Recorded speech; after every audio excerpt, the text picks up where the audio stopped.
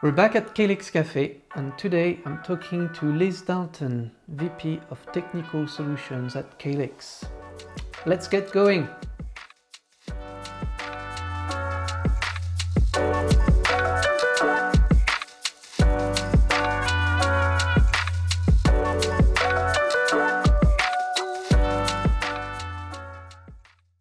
Hi everyone, and welcome back to Calyx Cafe.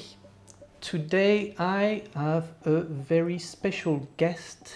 It's no one but my boss, Liz Dalton.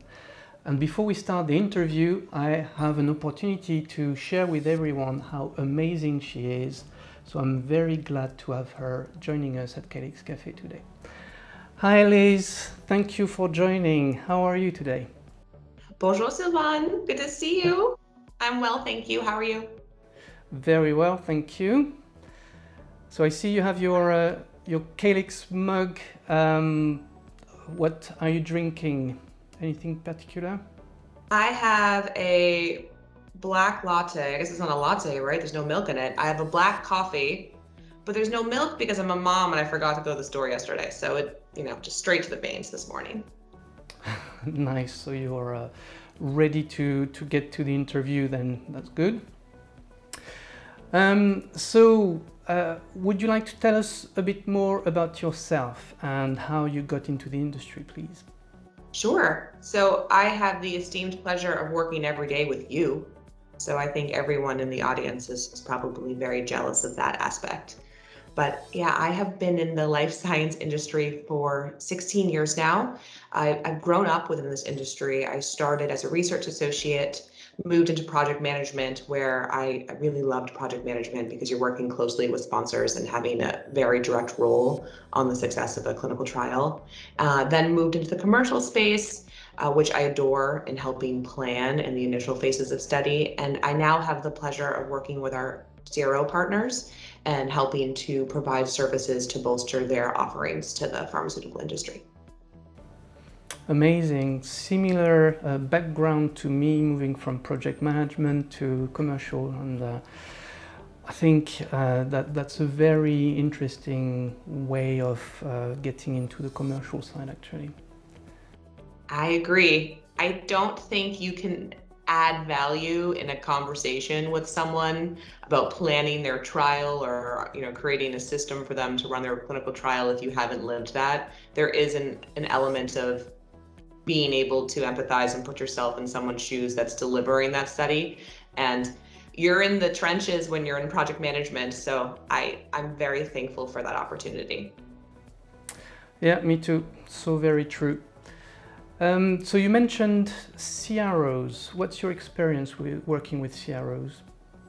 I've had the pleasure of, whilst working in a technology company, having been within a CRO for most of my career.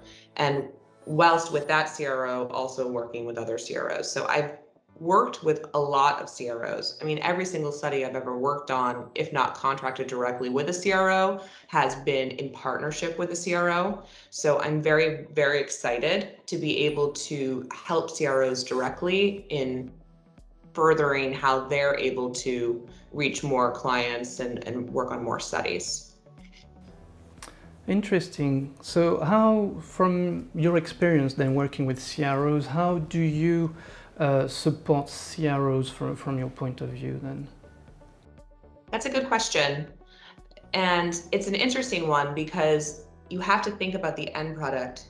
We're as a vendor supporting CROs, but CROs are also a vendor supporting their sponsors. And sponsors are supporting their customers who are patients and doctors. So there's a compounded effect on the ultimate customer, and the ultimate customer is a patient, right? So as a vendor to a CRO, how we can help our CROs is to understand the pressure that they're under and know where your value can help bolster their bid in the beginning, right? Because it's a free market, they're actively bidding to work on these studies. And then also to understand how they need to negotiate with their sponsor. So we are in a service industry, and in some ways it is no different than your local barista, even though the stakes are a lot higher. And if you don't offer flawless service and you don't meet your milestones, I mean, you have to do what's per the contract regardless. That is baseline. You got to deliver what you say you're going to deliver.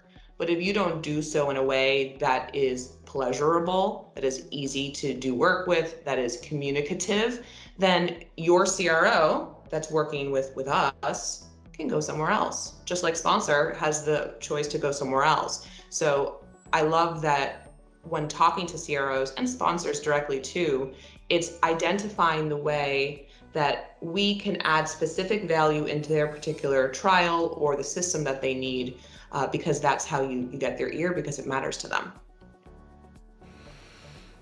Well, it sounds like you have a very good understanding of the CRO. You mentioned a couple of things. So you mentioned pressure that they're under. You also referred to like the fact that the CROs could change vendor, and I guess the sponsor could change CRO as well. So are there any other challenges that you can think of that CROs face and that a sponsor themselves are not facing? That's interesting. Yeah, I think some of the challenges are really having to do relationship management, because a CRO in essence is creating a simpler process for their sponsor. And it could be a top 10 pharma, and it could be a biotech company with 5 people. And the CRO has to navigate how they behave with their sponsor, and then in turn has to manage all of the different vendors that they're subcontracting in order to make it simple for their sponsor.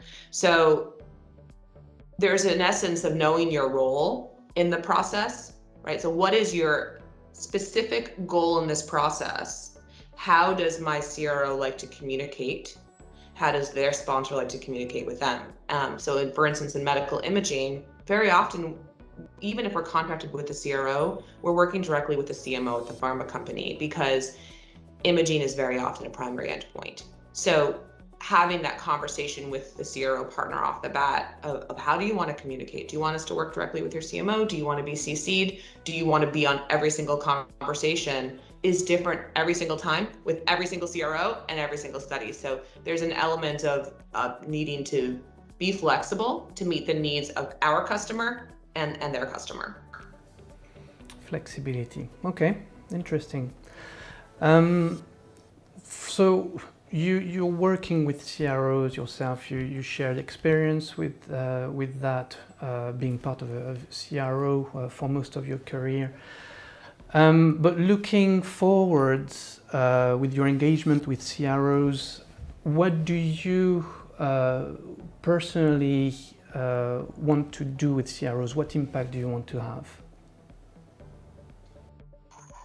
So the impact is access, because the ability to have a role in more trials is directly correlated with being linked to different clinical research organizations, because clinical research organizations are necessary for our market. You need a CRO to manage all of these trials, because it's simply just not economical for companies to do everything themselves. So when I think about Zen State for our role, Sylvan, what we're doing for customers, it's to broaden our reach, because at the end of the day, there are people that are getting life-changing drugs. I believe really strongly in the services that we offer, and any vendor that believes passionately in what they do feels strongly that they can help. So being able to liaise and partner with a clinical research organization just gives you broader reach. And that's exciting, because we can work on so many more trials, have a role in ensuring quality and safety and efficacy in patients. And that's what gives me goosebumps. That's why we come to work every day. So I would say what I want to do with CROs is have a broader reach and be able to help them meet their goals, which is their sponsors' goals, which is a doctor's goal to get drugs to patients. That's amazing. Hearing you, the passion that comes out when talking to you, it's amazing. I love it. Thank you. You're amazing. So I'm afraid we don't have too much more time, but I always like, as you know, asking this question to all my guests. if there's one thing that excites you about the future of clinical trials, or that you'd like to see in clinical trials in the future, what would that be? Okay, so I have two answers. One is more Calyx Cafe with Sylvain Berthelot.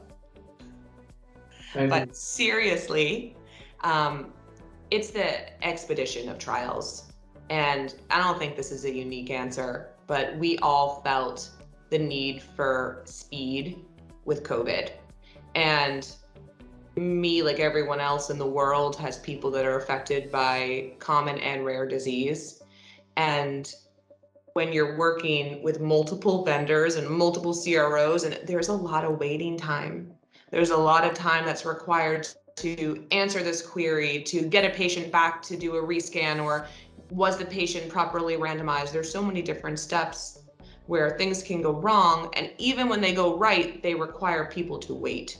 So the future is AI, machine learning, to be used to expedite that process while still maintaining the human connection. Because we do work in a service industry. You can't have everything be robotic. You have to maintain the aspect of people to people connection that's bolstered and made faster through technology. So I feel like that was a roundabout answer, but that's where I see it going. Ultimately, can we move faster and safely to bring better therapies to market? That's an excellent answer. And interestingly, I talked about like the combination of AI and human with Joan Munoz Pujol, one of our colleagues, a few months back. I fully agree with you. That's a very good way to accelerate clinical trials and get more drugs on the market to help people. So yeah, fully agree with you. Liz, it has been a real pleasure finally getting you on Calyx Cafe. Thank you for joining us. Thank you. Cheers. Cheers.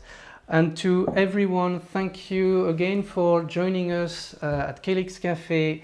I've loved this interview and I hope you have as well. And we'll see you soon for another interview.